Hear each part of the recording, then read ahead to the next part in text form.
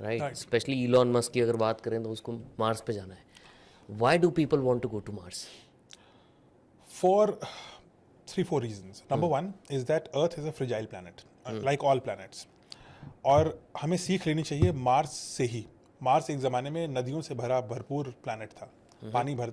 नदियाँ बनी हुई हैं मार्स पे, और सूख गई हैं, और वो सूख करके बर्फ़ के रूप में उसके नॉर्थ और साउथ पोल पे जमा हुआ है पानी. तो पोलर आइस कैप्स बहुत बड़े बड़े हैं मार्स पे. जब मार्स थोड़ा गर्म हुआ होगा उस समय ये पोलर आइस कैप्स नदी के रूप में घूमते होंगे, और इसीलिए मार्स पे धारियां दिखती हैं. और इसीलिए जब पहली बार धारियां गैलीलियो ने देखी तो उसको लगा कि ये रिवर्स हैं. और उसी से हमें ये भ्रांति आ गई कि मार्शियंस होते हैं, वो हरे होते हैं. वो वॉर ऑफ द वर्ल्ड्स वाले नाम की वो फिक्शन बुक आ गई, उसकी वजह से सबको लगा कि मार्स पे लाइफ है. बट उसका जो बेसिस था वो ये था कि मार्स पे कैनियंस दिखती हैं जिसमें पानी नहीं है, लेकिन पहले पानी होगा. Mars is an example. Venus on the other hand somehow had water. Venus में बहुत सारी वाटर वेपर है. वीनस में उल्टा हुआ, समहाउ वीनस बहुत ज़्यादा गर्म हो गया, और वो वाटर वेपर जैसे जैसे वाष्प हुआ, वेपराइज हुआ, वो और गर्म होता गया. रन अवे जिसको बोलते हैं ग्लोबल वार्मिंग. तो global warming leading to global warming and leading to global warming, और बढ़ते बढ़ते टेम्परेचर 450 डिग्री सेंटीग्रेड पहुंच गया. अभी भी 450 डिग्री सेंटीग्रेड है. इट्स लाइक एन अवन अगर आप वीनस को छुएंगे तो. लेकिन हाँ, वीनस पे तो एक ज़माना ऐसा था, मे बी अब half a billion year ago और 1 बिलियन, we don't know, but there would have been a time जब ये सब लिक्विड वाटर होगा. सो वीनस भी एक ज़माने में अर्थ जैसा था, मार्स भी थे. तो सूर्य के 3 पुत्र जो है ना, पोटेंशियली लाइफ गिविंग हो सकते थे. उनमें से सिर्फ एक ही बच पाया, और वो भी कब तक रहेगा we don't know. We have no clue. अर्थ आज से 1 बिलियन साल पहले बिल्कुल अलग थी. 2 बिलियन साल पहले तो लाइफ ही नहीं थी. So basically things change in Cosmos and you can't predict it. Climate change natural भी हो सकता है, क्लाइमेट चेंज मैन मेड भी हो सकता है, और दोनों का मिश्रण भी हो सकता है.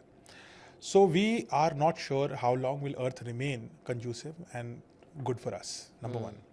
Number two, there are other threats such as a super virus. See, coronavirus is nothing but compared to what a super virus might be, but there could be a super infections that may happen. What will be a super virus? A super virus would be something which is more deadly than coronavirus.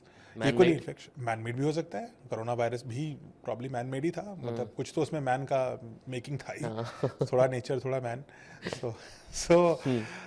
So we can go wrong there.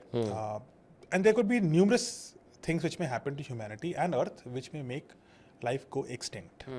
And that is why, just like we moved, हम Africa से पूरे दुनिया में फैले, हम Europe से America में फैले, पहले एशिया से अमेरिका में गए, फिर यूरोप से अमेरिका में गए, and all that stuff we did.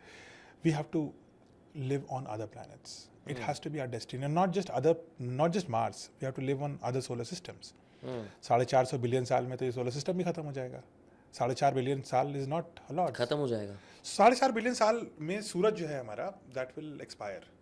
अच्छा. बेसिकली उसका सारा जो हाइड्रोजन है, फ्यूल, वो खत्म बर्न हो जाएगा. बर्न हो जाएगा, तो वो रेड जायंट बनेगा, वो बढ़ना शुरू हो जाएगा, और वो अर्थ को तो इंसिनरेट कर देगा, जला देगा एकदम. So and most planets will go away. The sun goes, then who is surviving, which means you have to go to other suns, you have to go to other stars. Eventually this galaxy will collide with Andromeda. Andromeda is heading towards us. It's a huge galaxy, bigger than our Milky Way, and they will collide. That will mean that maybe her galaxy के center में एक black hole है. Maybe those black holes will collide, and we cannot predict what will happen. Whether our galaxy will survive, at least एक बहुत बड़ा बदलाव तो होगा.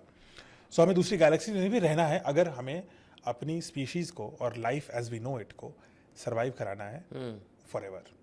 So that's why we need to go to other planets. The other short term goal is that there are resources. ऐसे moon पे there is helium-3. Moon पे इतना सारा helium-3 है, और helium-3 is a fuel for fusion reactor. और जब हम फ्यूजन रिएक्टर बना लेंगे अगले 10 साल के अंदर, तो helium-3 मून पे इतना है कि अर्थ को हम लगभग 45,000 साल के आसपास तक इलेक्ट्रिसिटी दे सकते हैं, विच इज़ फॉर एवर. मतलब एटलीस्ट कितना साल हो जाएगा सोचो आप, तब तो कुछ और निकल आएगा. So we want to go to the moon. Mars is also rich with many minerals. Mars also gives us access to the asteroid belt. Asteroid belt is between Mars and Jupiter. Asteroid belt is extremely rich with minerals.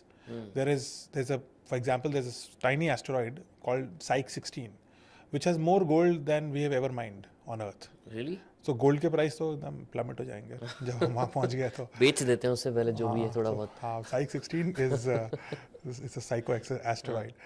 Then there are Are other people asteroids. mining? Not yet, but we have to be in Mars to do that.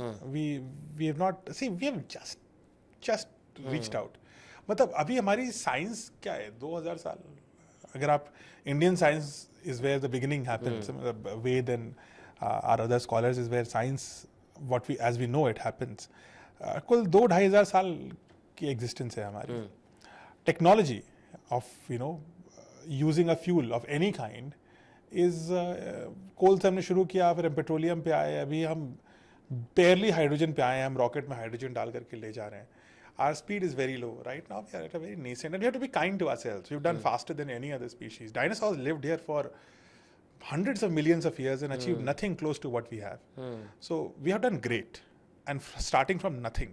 We were at the verge of extinction, but we have bounced in a million years. 1 million साल पहले हम खत्म हो गए थे almost. 1200 इंसान बचे थे, और उस 1 million साल में फिर हमने अपनी पूरी सभ्यता बनाई. And so it's relatively new that we have gone outside Earth.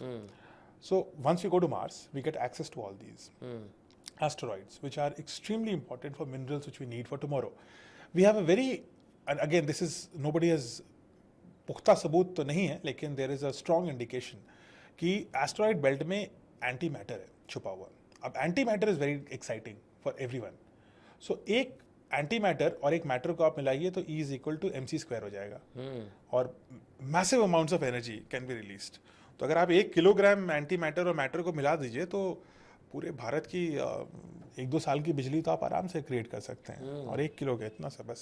सो इतना एनर्जी है हमारे. एंटी मैटर और matter is how universe was created. That's how big bang happened. So anti matter and matter, if you are able to get matter, antimatter तो है ही, सभी कुछ matter है, but if you are able to get anti matter and store it, उसको magnetically charge करके vacuum में store करेंगे, क्योंकि वो किसी भी दीवार से टकराएगा तो एक्सप्लोजन हो जाएगा.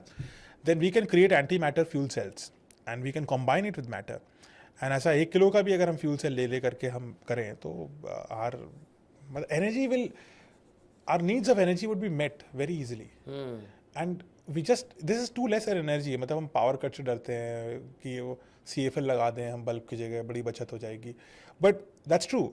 But this is a very primitive way of a civilization to think. A really massive civilization will move past all these coal and dead plants and animals, petroleum and coal and all these things. And वो जाएगी next generation of fuel. वो solar पे भी नहीं रहेगी. Solar, wind भी क्या dependent sources हैं.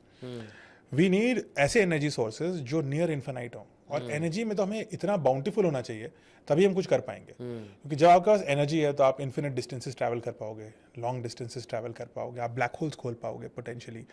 You can do so much if everybody had energy. And अगले 50 साल के अंदर free energy will become a basic right. And it be like, मतलब जैसे हवा है, everybody gets it. You can जितना भी ब्रीथ कर सकते हो आप कर, भले खराब मिल रही है लेकिन कर तो सकते हो. तो so it will become a near free commodity, and we should do that. but